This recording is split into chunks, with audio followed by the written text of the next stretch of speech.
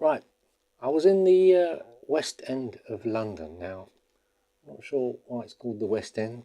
Well, it is W1, but it's hardly the West End, the end of the West. But anyway, I found myself in walking distance of the HMV, the world famous HMV.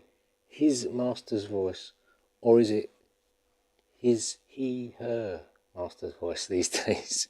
It's the original one that was there since the year dot, as long as I can remember anyway, the original building. So, and I thought, right, I'm going to walk there, and I feel like buying a record. Now, it's not very often I go into HMV because everything's full price, obviously. But I thought, well, yeah, I'm having one of those mornings. So I went there, went straight in, didn't think about it, went up the escalator and forgot that that was a long time ago that the records were on the top floor. They're now in the basement. Worked my way back down through the t-shirts and dolls and things. I don't know where the kids hang out. So I went down in the grimy basement to look at the records. Well, I couldn't find anything. They had some sale stuff on. There was a Motorhead album. Not a great fan of Motorhead, but this was reduced coloured vinyl. But I'm glad I didn't get it because I checked it out when I got home, and yeah, it's not that good. So I was looking around thinking, well, I can't find anything. But then I thought, well, I can't have a look in the CDs, and looked in the Steppenwolf bit. But yeah, they had that nice big fat box set. But it was like, oh, I don't know, 60 quid or something. I don't know, yeah, silly price. So I went and had a look at the Zappa. And what did I find? Well, I found this little thing. Now, the reason why, I mean, I saw this when it came out. 3 CD set of Mothers of Invention, Whisky a Go Go 1968, as it says there. And but the great thing was, it was reduced from 24 to £15, or thereabouts, whereabouts. So I thought, okay, that's a pretty good discount, isn't it? Well, that's a whole £9. So I thought, oh yeah, I'll get it. I was in that sort of mood. I was in the mood to spend the profits before I got them. Quite clever at that. So here it is. Well, some of you got it already, but and on record too. But yeah, it's a pretty nice little package. Very glossy, as you can see. Not bad, not bad. The CDs, which are very difficult to get out. Oh, they're a tight fit.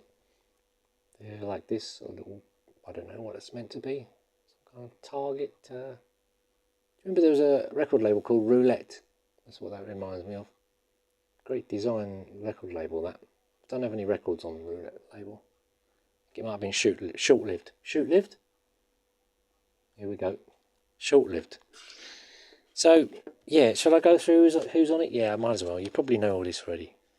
Got Frank Zappa, of course, Ray Collins, Ian Underwood, Bunk Gardner, Don Preston, Motorhead Sherwood, Roy Estrada, Art Tripp, Jimmy Carl Black, 2 drummers, guest vocals, Kim Fowley and the GTOs. Well, I don't know where Kim Fowley is, and also the GTOs on the songs that they're on, they're like 2 streets away. But we have to remember that this was recorded in 1968. Very, very, very long time ago. If you take that into account, this has an incredible sound. I mean, you can't fault the sound. It is amazing. Super clear, particularly you can hear both drum kits really clearly. I mean, just everything else is clear as well. Sometimes the bass bottoms out, too much oomph, but hey, 1968. So yeah, can't fault that. Here's a little booklet, Frankie on the front there. Picture of the guys on the back. There's an interview in here with Amit Zappa and Alice Cooper.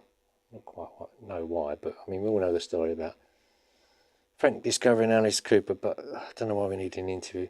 But there's a lot more information here and story from Pamela Desbar, who I would say I'd rather listen to myself because she was there. And if you've ever seen any of her YouTube videos, she's a funny, entertaining lady and lived life to the full. And there's a little bit by Joe Travers as well, which will bypass that. Now, here's the problem. Not really a problem. It's always interesting to listen to these, and it's only my opinion, of course, and I am unanimous in that. This would have made a great one album or one CD. There's just a lot on here you're not going to listen to for a second time, which you find with these releases, unfortunately. CD1, for instance, there's really nothing on there of note. CD2, there's a great track, great version of Hungry Freak's Daddy. I mean, it's rocking. The drums are great on it. I mean, it's really, really, really good. They do a version of Brown Shoes Don't Make It for the first time, which is not very good. And even Frankie says at the beginning, this is the first, well, one of the first few times we've done it, and we haven't quite cracked it yet. So don't worry if we mess up. And they kind of do. It's not too bad, but there's a bit in the middle where everyone's like, oh, what do we do now? I know that feeling very well. But the track after, Brown Shoes Shuffle, I've never heard that. Now that's really good.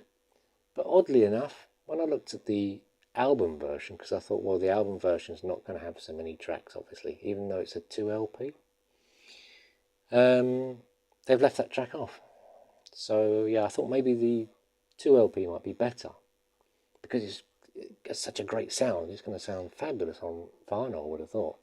The choice of tracks on the record doesn't seem quite right to me. Yeah, it's a bit of a shame. So, in total, there's about 6 tracks on here, I think, that probably what I would listen to again, and just uploaded them to my iTunes. Yeah, bit of a shame, but it's worth listening to. I'm sure most of you Frank Zappa fans have already got it. I wouldn't have bothered getting it unless it was reduced. So yes, can't fault the sound on this. 10 out of 10 for the sound. I mean, it is really, really good. Content wise, about 6.5. Oh dear. But anyway, it's a nice little package, as they say, and an addition to your collection. But I don't think I'll be keeping it. It's really, really not worth it. It's about 6 tracks that were any good, in my opinion, that are worth keeping. There we are. Frank Zappa and the Mothers. Sorry, Dagenham coming out. Frank Zappa and the Mothers of Invention. Whisky A Go Go, 1968. Get it now.